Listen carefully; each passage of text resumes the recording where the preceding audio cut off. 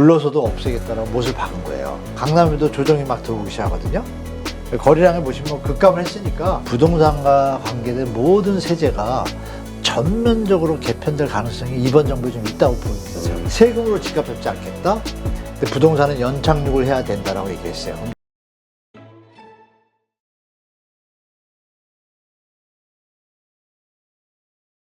자, 지금 뉴스에서 주말에 아주 강력한 소식이 들렸는데 이재명 대통령이 양도세 중과 유예 이것을 종료하냐 아니면 한 번 더 유예해 주냐 이런 거 가지고 좀 여러 가지 이야기가 있는 것 같아요. 이야기가 있는 게 아니라 그동안 이제 시장에서는 그런 얘기가 있었고요. 네. 저도 사실은 양도세 중과 유예를 종료하는 것보다 변형해서 예를 들어서 3주택자 같은 경우에는 조정지역 대상이면 최고 세율 한 80% 가까이 돼요. 누가 팔겠어요? 그래서 문재인 정부 때 매물 잠금 현상이 있었어요. 그래서 그 트라우마 때문에 저도 이거는 좀 조정을 해서 80%까지는 아니고 팔 수 있는 여지를 줘야 되잖아요. 그렇죠. 그래서 한 50% 낮추고 중과 유예는 종료하되 그러면 조금 조정을 해서 했으면 좋겠다. 아니면 그냥 유예를 해라. 왜? 지금 입주 물량이 부족하니까 매물 잠금 현상으로 또 언론들이 엄청 공격할 거거든요. 근데 이재명 대통령이 이제 그림 하나 보여드릴게요. X라는 트위터 있잖아요. 여기다 네. 글을 올렸습니다. 일요일이죠. 일요일 날 올리신 건데 그리고 1월 21일 날 살짝 이런 얘기를 했어요. 신년 기자회견에서도 조금 언급은 했어요. 했는데 이 단어에서 빨간 박스 친 걸 보시면 이 해석을 한번 해야 됩니다. 우리 시청자분들이. 중과 유예 종료는 이미 정해진 것이라고 못을 박아버렸어요. 재연장하는 법 개정을 또 하겠지라고 생각하면 오산이다. 완전히 싹을 잘랐어요. 저도 좀 놀랐습니다. 사실. 여기서 표현이 중요합니다. 이 대통령의 신념이 중요한데 비정상으로 인한 불공정한 혜택은 힘들더라도 없애야 합니다. 강력하죠, 의지가. 그렇죠. 비정상적인 버티기가 이익이 되어서는 안 됩니다. 버티는 이익이 버티는 비용보다 크게 해서는 안 되겠죠. 마지막 말이 중요합니다. 비정상을 정상화시킬 수단 방법은 얼마든지 있습니다. 이거는 기본이고 다른 대안이 생긴 것 같아요. 그리고 여기 쭉 보시면 마지막에 4년간 유예 반복을 믿게 한 정부 잘못도 있으니 원래는 5월 9일까지 다 팔고 잔금을 치고 등기가 돼야 네. 중과 유예인데 계약한 것까지는 해준다. 이게 뭐야? 팔아라 얘기예요. 신호를 줬어요. 더 중요한 건 이 얘기입니다. 또 정상화를 위한 상법 개정을 두고 나라가 망할 듯 호들갑 떨며 저항했지만 주식시장 지금 5,000피 갔잖아요. 그렇죠. 개정하고 나니 기업과 국가 사회 모두 좋아지지 않았는가. 이거 엄청난 메시지입니다. 잃어버린 30년을 향해 치닫는 여기 부동산 얘기가 나옵니다. 부동산 불로소득 공화국을 탈출하는데도 고통과 저항은 많겠지만 필요하고 유용한 일이라면 피하지 말아야 한다. 말아야 한다라고 누구한테 얘기했을까요? 저인가요? 국토부하고 금융위원회 이 산하 기관 장관들? 네. 이 양반들이 요새 지금 버벅버벅 되잖아요. 보면 무슨 뭐 추진본부 만들고 제가 저번에도 한번 나와서 욕했지만 아니 LH 개혁본부를 차리는데 뭐 축하할 일입니까? 거기서 테이핑을 하고 있어요. 긴급한 문제들 바로 실무회로 들어가 있어요. 머리 받고 국민들한테 죄송합니다 하고 할 판에 그런 썩어빠진 머리통을 갖다가 이재명 대통령이 대놓고 욕하기 뭐하니까 돌려차기죠. 태권도로 해서 피하지 마라라고 얘기한 것 같아요. 그러면 지금 여러 가지 대안들이 국토부나 LH나 막 있을 거 아니에요? 근데 최근에 LH 개혁위원회가 있는데 아무 소식이 없죠. 그리고 주택추진본부를 설립했어요. 네. 뜬금없이 제가 볼 땐 커리어가 있거나 이런 분이 온 것 같지도 않아요. 기존에 LH 개혁위원회에서 조직을 개편하고 있는데 그걸 갖다가 또 누가 안 쳐요. 또 해요. 그런데 뭐가 메시지가 없어요. 그렇죠? 그리고 실제로 제가 뭐 회의도 가끔 들어가지만 이런 얘기 한 적 있습니까?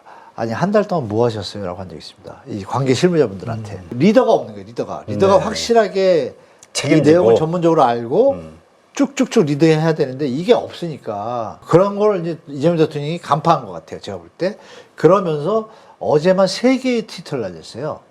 아까 보여드린 것에다가 정상화 시장을 위해서는 꼭 가야 할 길이다 뭐 이런 얘기하고. 그럼 우리가 더듬어 볼 게 예전에 기억해 보세요. 맛보기다라는 표현. 첫 번째. 강력한 의지였죠. 그런데 몇 달 있다가 몇 달 안 됐죠. 2-3달 전에 이런 얘기 했잖아요. 대책이 없다. 이 얘기 때문에 제가 화 많이 나가지고 유튜브에도 막 썼어요. 대통령이 대책이 없다. 이게 할 소린가라고. 대통령이 그런 소리 하면 안 되죠. 그럼 그 소리가 왜 나왔죠? 시켰는데 대통령은 지금 외교하고 주식시장, 국가 기업, AI 여기에 올인하고 있는데 국토부 장관하고 맡겨놨잖아요. 보니까 보고가 들어온 게 대책이 없다고 떠드는 거겠죠. 그러니까 대통령이 말실수를 한 거예요. 아, 뭐야, 대책이 묘안이 안 오니까. 그리고 다시 점검을 했겠죠. 한두 달 동안. 왜? 지금 일단 5,000표 됐고, 외교도 어느 정도 정리됐고, 관세도 정리됐고, 돌아다 보니까 문서 이것저것 다 보면 파악이 될 거 아니야. 대안 올라온 거 보고. 뭐지? 장난 하나 할 수는 없으니 본인이 칼을 뽑은 것 같아요. 네. 양도세 중과 유예에 대해서 얼마나 많은 얘기가 있었겠어요. 그죠? 그렇죠. 어쩌고 저쩌고 막 섞여가지고. 근데 가만히 보니까 이게 산이 배로 가는 것 같거든요. 그러니까 그냥 칼을 딱 뽑았고, 단어 중에 부동산 불로소득 공화국을 탈출하겠다고 했단 말이에요. 그럼 우리 여러분들이 이제 예측을 하셔야 되는 거예요. 그러면서 비정상적인 버티기 이런 표현을 하면서 여러분 옛날에 장특공제 한번 대통령이 슬쩍 얘기한 적이 있어요. 이걸 왜 해줘야 되냐. 네. 여러분 그래서 우리 시청자분들 중에 자산가분들은 저한테 뭐 안티 댓글을 남기겠지만 부탁드릴 말씀은 중요한 거는 대통령이 그 의지들을 단어들을 제가 한 6개월 동안 정리해 보니까 장특공제부터 해서 거주 비거주에 대한 지금 양도세 구분부터 해서 본인이 그림을 짜고 있는 것 같아요. 그러니까 이거에 대해서 제가 볼 때 이번에 이제 설 전에 아마 공급대책 나올 거거든요. 그러고 나면 이거랑 맞물리잖아요. 네. 그리고 맨 마지막 말이 뭐냐면 공급대책이 그러니까 맛보기다 대책이 없다 그랬다가 지금 제대로 가는 거고 그리고 공급대책이 나올 거다라고 얘기를 해요. 시나리오가 맞잖아요. 그럼 공급대책이 똑바로만 나오면 시장이 어느 쪽으로 가는지 잡히는 것 선거 때 얘기를 더듬어 보면 세금으로 집값 잡지 않겠다. 근데 부동산은 연착륙을 해야 된다라고 얘기했어요. 그럼 코드가 맞잖아요. 그러니까 이걸 보고 아직 5년이나 남았잖아요. 거의 5년. 그렇죠. 그럼 이거 생각하셔서 부동산 자산 관리 하셔야지 예전처럼 또 대통령 바뀌겠지 뭐 바뀌겠지 이거는 좀 아닌 것 같다. 뭐 이런 거 좀 말씀드리고 보유세도 계속 지금 만지작되고 있거든요. 네. 그러면 우리 자산가들은 그 만지작 돼봤자 OECD 평균 수준으로 가는 거예요. 그러니까 대통령이 부동산에 대해서 심각한 문제를 한때는 선거에서 당선되기 위해서 부동산은 투자 대상이다라고 얘기했다가 서민들의 막 빗발을 받았지만 대통령이 됐잖아요. 되고 나니까 이제 여러분 이걸 기억하셔야 돼요. 성남의료원을 자기가 시장에 대해서 지었다 그러잖아요. 자, 대통령이 됐잖아요. 그러면 어떻게 갈지 우리가 예측가 가능하잖아요. 그런 걸 생각하셔가지고 그래서 하루 만에 3번의 트위터가 내용이 다 종합해 보면 불로소득 없애겠다라고 못을 박은 거예요. 네. 그러면서 팍 던졌기 때문에 시장에서 지금 시끄럽거든요. 시끄러운데 이거 좀 외적인 얘기지만 제가 최근에 땡땡 증권 VIP 들 강의를 갔었어요. 얼마 안 됐어요. 일주일 전이에요. 그때 사람들이 이제 강의가 끝나니까 많이 묻더라고요. 다 자산가들이거든요. 그분들이 아 양도세 중과 유예하겠죠 하겠죠 다 그런 거예요. 그래서 제가 뭐라고 답변했냐면 중과를 아예 100% 유예하진 않고 제 생각에 아까 말씀드린 대로 조정할 거다. 부담한 게 팔 수 있게 이 정도가 맞을 것 같다. 매물 잠긴 때문에. 근데 이렇게 터져버린 거예요. 그런데 어쩌면 그 비중을 안 뒀기 때문에 저도 예측을 못했는데 돼버렸어요. 그래서 이걸 왜 했나 생각해 보니까 이 부분을 해석을 드려야 될 것 같아요. 문재인 정부 시즌2라고 나올 겁니다. 매물 잠김을 폭등한다고. 그렇죠. 근데 지금 상황이 완전히 다르다는 걸 말씀드릴게요. 왜냐하면 문재인 정부 때 이 양도세 중과를 한 거는 당선되자마자 8이 대책이에요. 2017년. 8이 대책 때 발표했거든요. 양도세 중과를. 난리가 났어요, 처음에. 그랬는데 12월에 무슨 악성 플레이를 하냐면 임대사업자 제도 혜택을 완화해가지고 사람들이 양도세 중과하고 뭐고 그냥 집 사면 되는 거예요. 양도세 중과하면 집 사지 말라는 얘기잖아요. 중과할 거니까. 그렇죠. 그래놓고 뒤에서 임대사업자로 집을 4년짜리, 8년짜리 사면 세금을 갖다가 양도세도 감면해, 취득세도 감면해, 재산세도 감면해, 다 감면해 준다는 거예요. 이게 이제 문재인 대통령이 부동산을 모르니까 어떻게 보면 뒷박을 맞은 건데 실무진한테. 네. 그게 지금 폭등의 원인이었단 말이에요. 근데 지금은 임대사업자에도 없어졌잖아요. 그럼 그때랑 시장이 다르죠. 매물 잠김이 그전 수준은 아닐 거고 중요한 건 그때 공급 대책이 없었잖아요. 또 그것도 원인 분석을 잘못해가지고 집 처음에 충분하다 그랬잖아요. 그러다 뒤늦게 3기 신도시 발표했잖아요. 지금은 그 3기 신도시가 공급되잖아요. 네.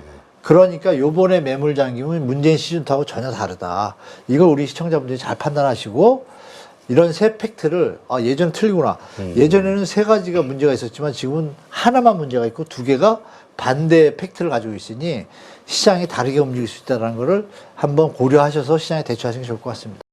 네. 그러니까 이 많은 분들이 좀 헷갈려 하시더라고요. 일단 이번에 한해서 그러니까 5월 9일까지 한해서는 유예해 주겠지만 한번 건의는 해보겠다. 그러나 폐지하겠다. 이거잖아요. 종료하겠다. 네, 폐지는 정해진 거고. 네. 그러니까 이게 결국은 그 유예라는 게 이제 요 5월 9일까지 일어난 거래들에 대해서만 유예를 해준다. 이렇게 이해를 이런 해야 거죠. 됩니까? 5월 9일에 딱 끝나니까 매매가 끝났어야 이게 중과가 유예가 되는데 계약만 했단 말이에요. 아, 계약. 잔금을 못 치면은 중과를 물잖아요. 그렇죠. 그러니까 요 부분이에요. 근데 이게 말을 이렇게 짧게 해가지고 헷갈려가지고 제가 제 방송에도 해석을 드렸는데 5월 9일날 계약을 했어요. 네. 그럼 팔겠다는 의사가 전달됐잖아요. 네. 그러니까 이건 인정해 줄 건데 이것도 국무회의에서 논의하겠다요. 안 해줄 수도 있어요. 근데 해주겠죠. 이 정도는 해줘야죠. 제가 볼 때. 그렇군요. 이렇게 대통령이 직접 이 실제 사안에 대해서 쉬운 연장 안 하겠다, 네. 폐지하겠다. 이건 쉬운 얘기가 아니죠. 엄청난 메시지죠. 이거는 그냥 국민들한테 던진 얘기가 아니고요. 실무지들한테 진짜 면 세우게 해주면서 던진 거예요. 제가 볼 때. 지금 근데 이게 어떻습니까? 시장이 문제는 네. 이러한 무게감을 시장이 어떻게 받아들이느냐 이게 중요할 것 같아요. 이번에도 코웃음 칠지 아니면 아닐 것 정말 같아요. 아니다, 긴급하다, 위험하다 이렇게 느낄지. 분위기를 제가 말씀드릴게요. 이미 강남의 자산가들은 이재명 대통령이 된 걸 떠나서 여야 할 것 없이 보유세 인상에 대해서는 이미 약간 코드가 맞춰졌어요. 세금 올리는 거에 대해서 여야가 반대하는 거 봤습니까? 선거 때문에 반대하는 경우는 있어요. 그러니까 아마 이 보유세 논란은 뒤에 할 거예요. 선거 이후에. 그럼 그때는 다 사인해요. 국회의원. 자기들 월급 뭐로 받아요? 세금으로 받잖아요. 그러니까 이 논란에 대해서 뭐 이것저것 얘기하는 분들이 뭐 많을 것 같지만 실제로 이 시장 상황을 보니까 세무사분들이 전체 흐름, 더 중요한 건 여러분 윤석열 정부 때도 은근히 세금을 낮춰주거나 이러지 않았어요. 정치적인 요소로 종부세나 이런 건 던졌지만 전체적으로는 그대로 유지를 했어요. 진짜 의지가 있다면 오피스텔 우리 저 청년들이 오피스텔에서 거주하는 분들 많잖아요. 그거 취득세 4.6% 5% 나가요. 2억짜리 사면 1,000만 원 날라가요. 그냥 네. 생돈이.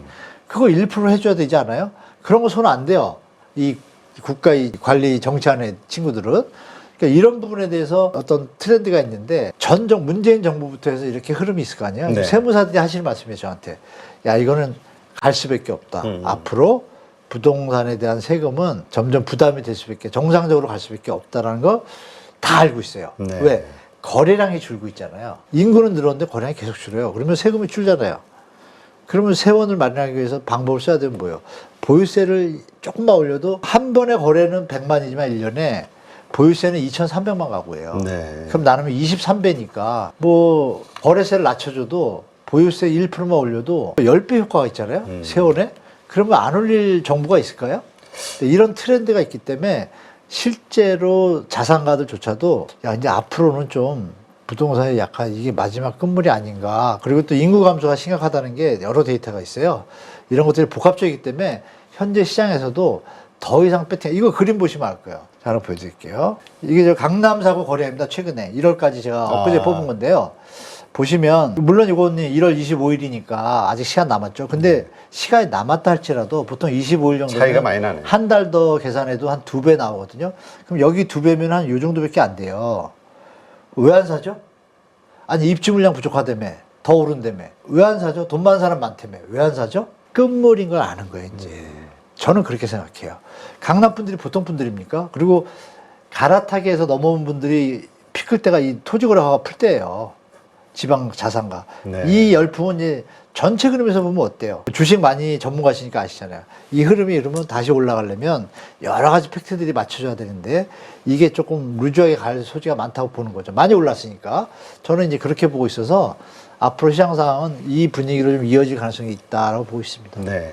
그렇다면 그 시한 전까지 이 급매물들, 이 급매물 폭탄이 나옵니다. 쏟아지겠냐라는 쏟아지진 않죠. 아직은 그래도 일부만 나올 것이다. 일부 나올 수밖에 없죠. 그거 넘기면 타입이 없는 분들이 있잖아요. 특히 강남 쪽에 지금 하루에 막 1억씩 빠져서 매물이 어제 그냥 나왔어요. 어제.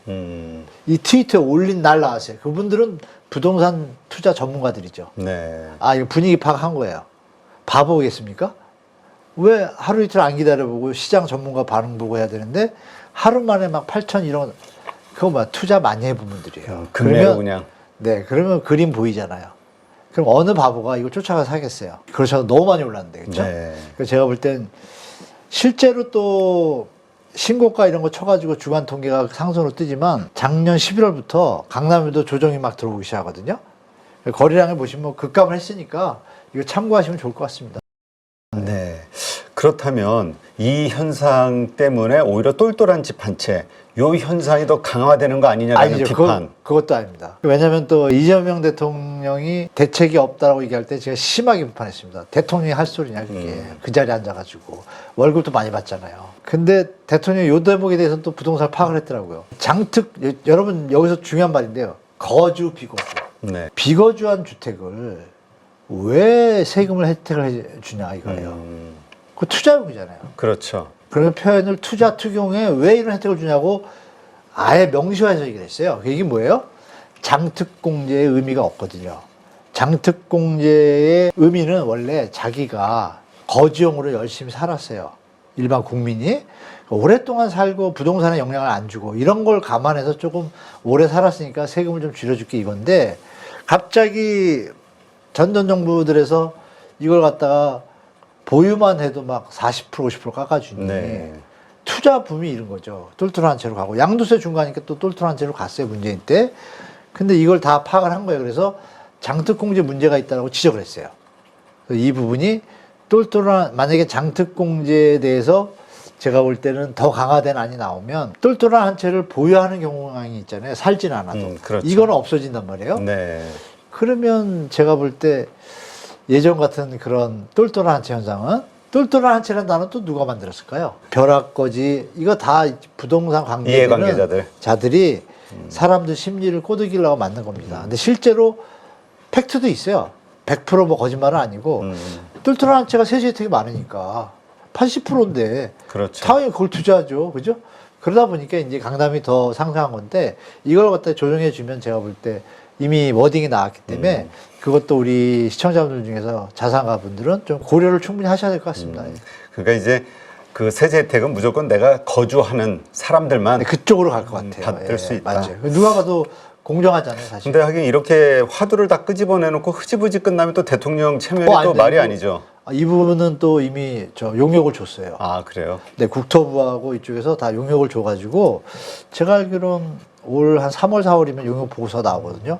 그러면 이제 그걸 가지고 뭐 법안 개정안 맞는 뭐 이렇게 움직이겠죠? 그럴 가능성이 좀 높아요. 그러면 지금 양도세와 관련해서는 뭐 어느 정도 세율 같은 게 좀 결정이 된 게 있나요? 저는 개인적으로 많이 낮추기를 바라고 있고 보유세를 좀 올려주고 그런데 지금 말씀드린 장기 특별공제에 대해서는 거주에 대해서만 적용하는 걸로 완전히 바꿔버릴 수가 있습니다. 그러면 최대만 40%에서 끝나는 거예요. 그건 누가 용인할 수 있잖아요. 오래 살았는데 양도세를 40% 낸다. 그 정도 이해되잖아요. 감면해준다. 그건 네. 이해되거든요. 그거 정도는 갈 것 같아요. 그 대신에 그러면은 거래세도 좀 취득세 같은 거 있잖아요. 이런 것도 사실 바깥에도 한번 이렇게 인한 적이 있거든요. 네. 그런 걸로 공공주택 분양할 때 취득세 인하해주면 얼마나 박수 치겠어요, 국민들이.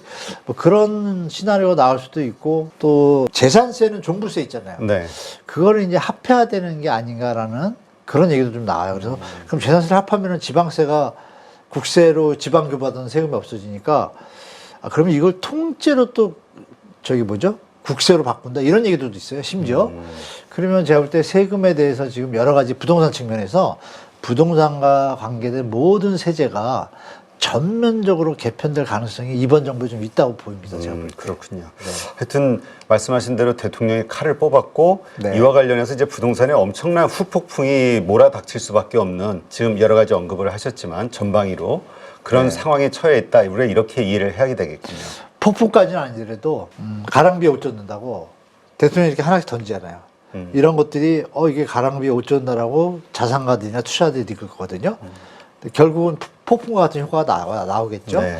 그래서 그거에 정부의 워딩, 특히 대통령의 워딩에 대해서 여러분들이 심각하게 분석할 필요가 있다고 좀 말씀드릴게요. 알겠습니다. 하여튼 뭐 젊은 분들 그 의욕을 다 상실했다. 뭐 이런 얘기들 워낙 뭐 오래전부터 나온 뉴스죠.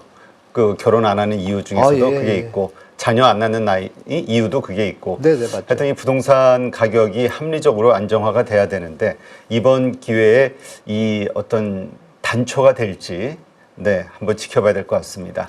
여기서 요거 한 말씀 드리고 네. 대통령이나 정부 관계자가 본다라면 우리 8.15잖아요.